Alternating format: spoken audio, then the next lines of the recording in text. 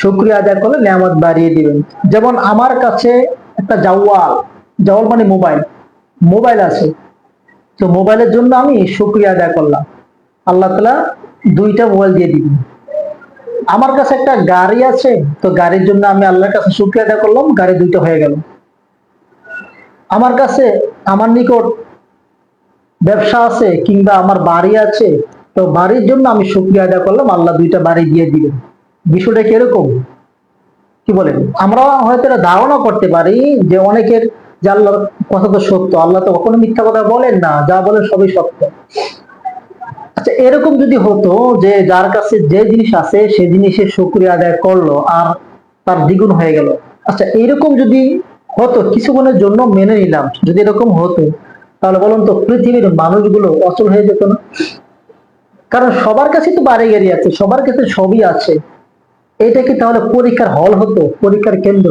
আল্লাহ তাআলা তো বলেছেন নাবতালিহি ফাজআলনাহু সামিআন বাসীরা, আমি মানুষকে দুনিয়াতে সৃষ্টি করেছি, বানিয়েছি পরীক্ষা করার জন্য, তাদের মধ্যে হতে, মানুষের মধ্যে হতে কে উত্তম আমল করে, কে ভালো আমল করে, সেটা আমি জানার জন্য।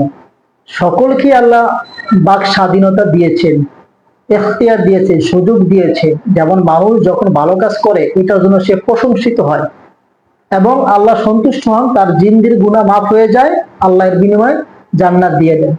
ফাআলহামাহা ফুজুরাহা ওয়া তাকওয়াহা, অর্থাৎ মানুষকে আল্লাহ ভালো কাজ করার শক্তি সামর্থ্য দিয়েছেন, সক্ষমতা দিয়েছেন, মন্দ বা খারাপ নিকৃষ্ট কাজ করারও ভালো সবকিছু আল্লাহ দিয়েছেন। তবে ভালো কাজে নিসবত আল্লাহর দিকে করা যাবে, কিন্তু খারাপ বা মন্দ কাজে নিসবত সম্পর্ক আল্লাহর দিকে করা যাবে না।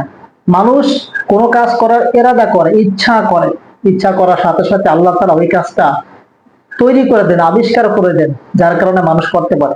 পরবর্তীতে আখিরাতে যেন সে না বলতে পারে, হে আল্লাহ আপনি তো আমাকে বাক স্বাধীনতা দেন নাই, সবই তো আপনার নিয়ন্ত্রণাধীন ছিল। ভাই কথা ঠিক, নিয়ন্ত্রণাধীন, কিন্তু মানুষ যে ভালো কাজ করলে যে মানে পুরস্কার পাবে, খারাপ কাজ করলে যে যাজা বা পরিণাম পাবে, এটার জন্য তো তাকে এখতিয়ার বা সুযোগ দিতে হবে, বাক স্বাধীনতা, এটা আল্লাহ তাআলা মানুষকে দিয়েছেন। আল্লাহ এই পৃথিবীর মানুষকে সৃষ্টি করেছেন, আমরা জানি, আপনিও জানেন যে যিনি যে পরিবেশ থেকে উঠে এসেছে, সে পরিবেশের অবস্থা, পরিবেশের ক্যাটাগরি, পরিবেশের চলন বলন সবকিছুর দ্বারাই আমরা বুঝতে পারি, একটু বড় হলে বুঝবার পারি যে আমার আল্লাহ, আমার সৃষ্টিকর্তা আল্লাহ, আমার রব আল্লাহ, আমার পালনেওয়ালা, আমাকে বানিয়েছেন আল্লাহ তাআলা।